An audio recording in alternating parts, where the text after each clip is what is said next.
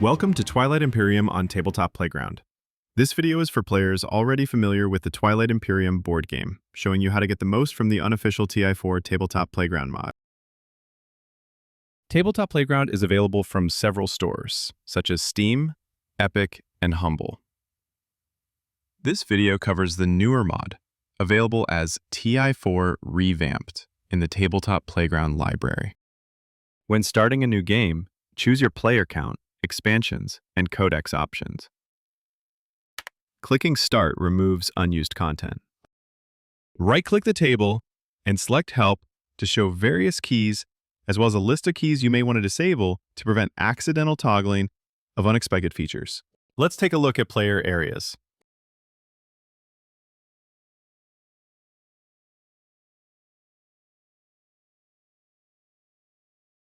The status pad has buttons to pass or eliminate. Eliminate only skips that player's turns. Players still need to manage the elimination cleanup. You can also click a player's name in the turn order list to pass or eliminate them. Each player gets 2 trove mats, an ideal place to drop their strategy card or any cards for sale, such as promissory notes or relic fragments. The build area counts the cost of produced units and consumed resources of planet cards and trade goods placed inside it. Right-click to move units to home or the last active system. The planet card mat includes right-click options to fetch planet cards from the last activated system. The technology card mat helps organize techs. Finally, the card holder is your hand. When you unpack a faction, it also gets relevant cards, like your home planets and starting tech.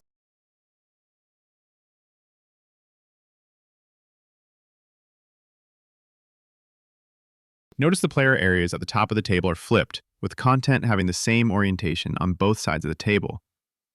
Players don't need to rotate their camera around when moving between a player area and the rest of the table. Let's look at the rest of the table. The strategy card mat has right-click options for setting turn order at the end of the strategy phase and at the end of the action phase for cleanup, dealing action cards, and adding command tokens. The combat arena provides a larger space when many units are involved in a combat. Right-click it to warp units in or out.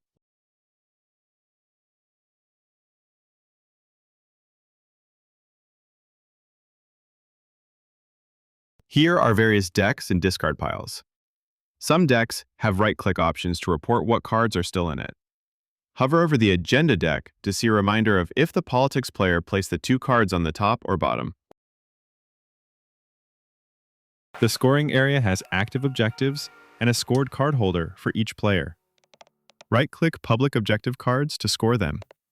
The mod will place a control token for the scoring player and advance that player on the scoring track. Score secrets by right-clicking the secret objective card for the score option, which moves the card to that player's scored card holder. Do not place control tokens on cards in the scored card holder. Many games will start with the map tool. Right-click the table to open it.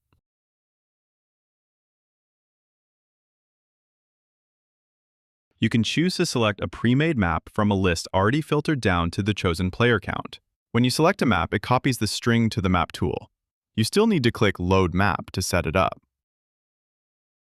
Alternatively, you can paste in your own map string. Check Board Game Geek for many options. Once the map is present, the map tool can place planet cards and frontier tokens.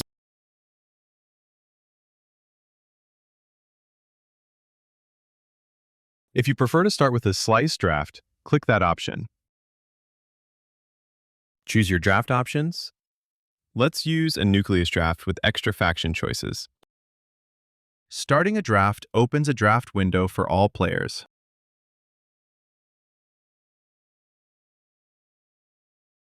Click the Zoom button to view larger versions of slices or the full map. Click the zoomed version to close it. When the draft factions include Caleris, it offers the 3 flavors.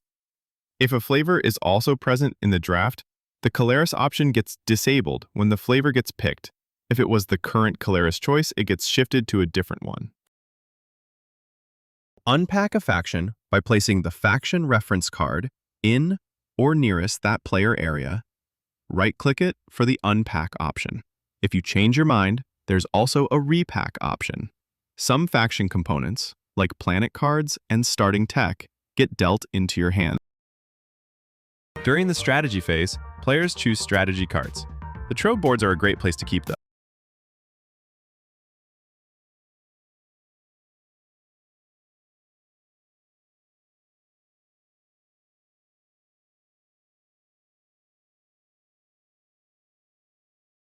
When finished, right-click the strategy card mat to set turn order and place trade goods on unpicked strategy cards. Notice some of the other right-click options we'll use at the end of the action phase. During the action phase, players activate systems during their turn by dropping a command token on them. As a convenience, players can also right-click the system tile for the option to move the token for them.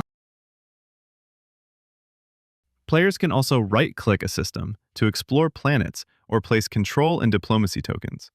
If Nazroka is in the game, it adds a Distant Suns Explore option Nazroka can use when they have a mech in the system. The combat window pops up when you activate a system with other players' units, or if another player activates a system where you have units or is in space cannon range.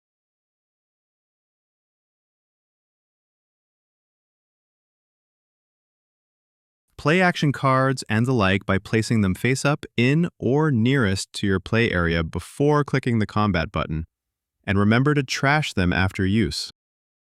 Right-click your strategy card to play it. This opens a strategy card window for all players, potentially stacking if a player does not close a strategy card window before the next is played. When you're ready to pass, either click the button on the status pad in your player area, or click your name in the turn order list and select the Pass option. At the end of the action phase, right-click the strategy card mat to deal action cards and add command tokens. This also does other end-of-phase cleanup like readying sustained units and spent planet cards. During the status phase, players score objectives. Right-click a public objective to place your control token on it and advance your scoring token. Similarly, right-click a secret objective to score. You need to right-click the card itself, not the version that pops up in your hand at the bottom of the screen. Do not place control tokens on cards in scoring holders. Doing so prevents the scoring holder from organizing cards properly.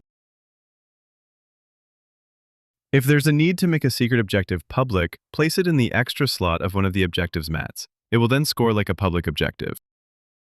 During the agenda phase, place the agenda card in the reserved spot to open the agenda window.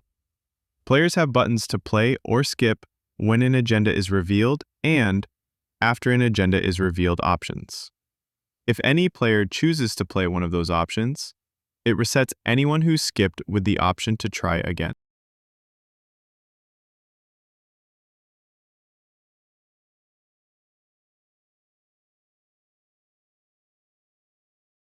After an outcome type is selected, you can right-click a rider to assign the predicted outcome.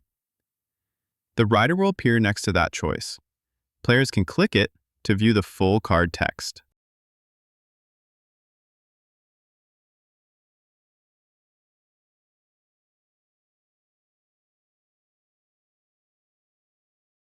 If an agenda is secret, place the agenda card face down on the spot.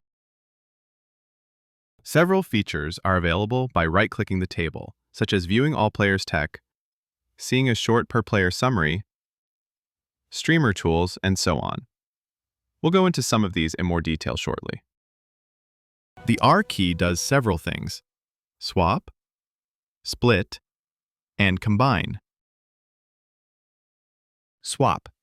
Hover over an infantry or fighter and press R to swap it between plastic and a cardboard token. Split. Hover over a 3x token, R will split it into 3 1x tokens. Combine. Drag to select multiple tokens and press R to join them from 1x to 3x versions. Right-click the table for the option to toggle borders. Borders illustrate which player controls the space and planet areas of each system.